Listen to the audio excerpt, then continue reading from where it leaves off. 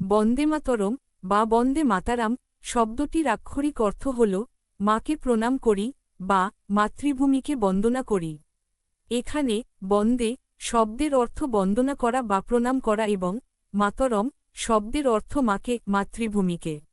জাতীয় স্তোত্র national song বন্দে মাতরম। বঙ্কিমচন্দ্র চট্টোপাধ্যায় 1875 সালের 7 November হুগলির চুঁচুড়ায় এই অমর গানটি রচনা করেন। এটি পরে তার বিখ্যাত আনন্দমঠ 1882 উপন্যাসে স্থান পায়।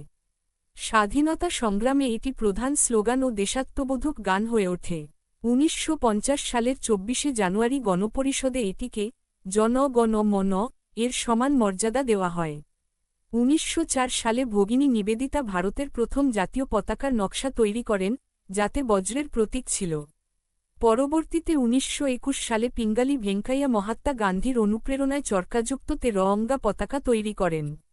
1947 সালের 22শে জুলাই গণপরিষদে চরকার পরিবর্তে 24টি দণ্ডযুক্ত অশোক চক্র বসিয়ে বর্তমান জাতীয় পতাকার নকশা গ্রহণ করা হয়। এই গানটি উদ্বুদ্ধ করেছিল অজস্র স্বাধীনতা সংগ্রামীকে। বন্দে মাতরম ব্রিটিশ শাসনের হাত থেকে ভারতের স্বাধীনতা সংগ্রামের জাতীয় ধ্বনিতে পরিণত হয়। প্রথমে কলকাতা মহানগরীতে প্রধান প্রধান রাজনৈতিক সমাবেশে বন্দে মাতরম ধ্বনি দেওয়া শুরু হয়। এই ধ্বনির তীব্র প্রতিক্রিয়ায় ভীত হয়ে একবার ব্রিটিশ সরকার জনসমক্ষে এই ধ্বনি উচ্চারণ নিষিদ্ধ করে দেয়। এই সময় বহু স্বাধীনতা সংগ্রামী বন্দে মাতরম ধ্বনি দেওয়ার অপরাধে গ্রেফতার হয়েছিলেন।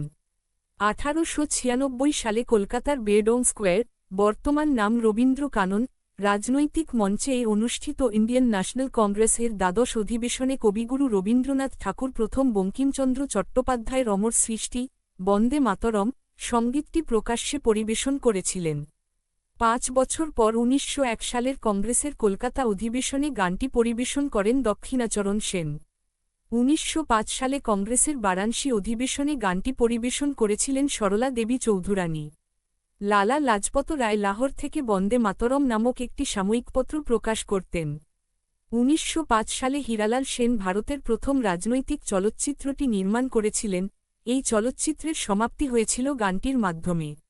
এছাড়া ব্রিটিশ পুলিশের হাতে নিহত হওয়ার আগে মাতঙ্গিনী হাজরার শেষ উচ্চারিত শব্দ ছিল বন্দে মাতরম।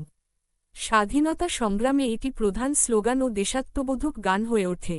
1950 সালের 24শে জানুয়ারি গণপরিষদে এটিকে জন গণ মন এর সমান মর্যাদা দেওয়া হয়।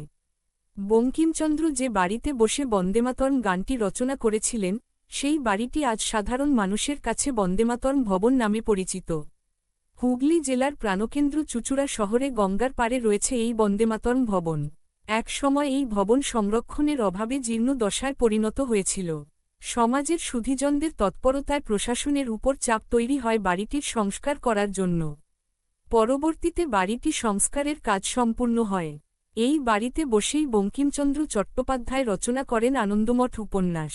এই আনন্দমঠের মধ্যেই রয়েছে বন্দেমাতরম গানটি, যে গানটি উদ্বুদ্ধ করেছিল অজস্র স্বাধীনতা সংগ্রামীকে।